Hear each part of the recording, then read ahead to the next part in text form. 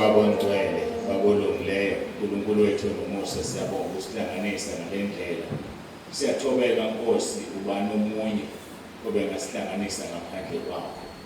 Siyabonga asizile kumuntu noma ezindongeni size kuwe Nkosi ukuba sizohlala ezinyaweni zakho sizwe izwi lakho nokukhuluma kwakho.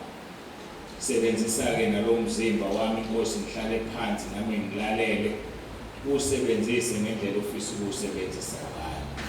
Siphatheleke lenkonzo moya ongcwele usikhole zonke inhlelo ezikhona sizinikela kuwe nabantwana bakho bonke abafikile sibanikela kuwena ukuze uphinde ubagcine noma sebebuyele emakhaya. Busise kube yilona loyo ufikile angabuyele emuva engasiphethe isibusiso sakhe, angabuyele emuva azisola ukuthi kungani efikile. Siyabonga sinika wena udumo lonke lukufanele izikhathi zingakabi bikho namanje kuze kube phakade uJesu Kristu inkosi. Amen.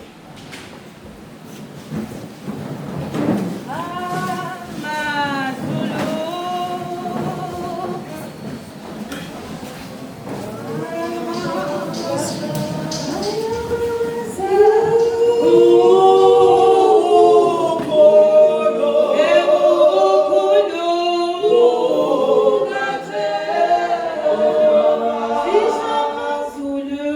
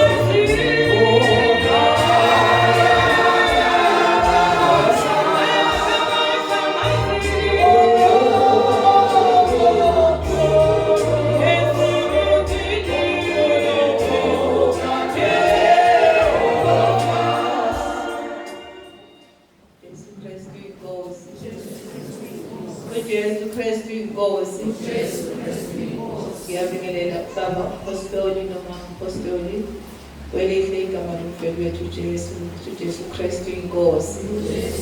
Ngiyabingelela obaba befundisi bonke nomama befundisi kwelihle igama lomfeki wethu Jesu. Ngibingelele bomama, ngibingelele bobaba, ngibingelele Sunday school, ngibingelele abantu abasha egama lenkosi yethu Jesu.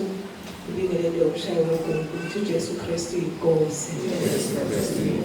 uJesu Kristu inkosi. Ngiyabonga kakhulu uNkulunkulu ekuseni ongenzele umusa ukuba ngiyaphila. uNkulunkulu umusa kaNkulunkulu, ukuthanda futhi kaNkulunkulu. Ukuba ubengathandanga uNkulunkulu bengeke ngivuke namhlanje, kodwa ngoba uNkulunkulu uthandile, uNkulunkulu uyangihlelela usuku nosuku. Ngiyabonga kakhulu ekuseni ngesivumo sethu esithi uJesu Kristu inkosi. uJesu Kristu inkosi. Ngizocela abazalwane makukhona abazalwane esiqala nje ukuba kanye nabo namhlanje la ehlezi khona phansi ephakamise isandla sakhe egameni likaJesu. uJesu Kristu inkosi. uJesu Kristu inkosi. Ngizocela abazalwane beze ngaphambili besibingelele egameni lenkosi yethu Jesu. Umuntu uzosho ukuthi ubani wabani uvelaphi egameni lenkosi yethu Jesu. Ngisho uJesu Kristu inkosi. Oqala uzomala ngini khona. Abanye bavela kuphela khona i-emblem egameni lenkosi yethu Jesu. uJesu Kristu inkosi. uJesu Kristu inkosi.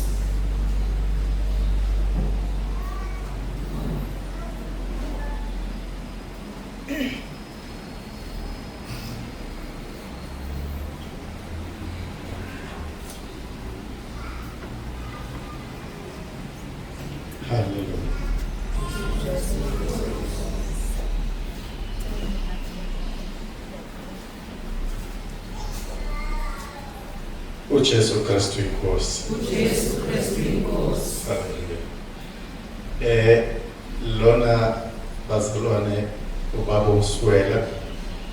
Ngizoqala nje ngokubingelela abazalwane sebeshilo nobaba umpostoli nomama umpostoli.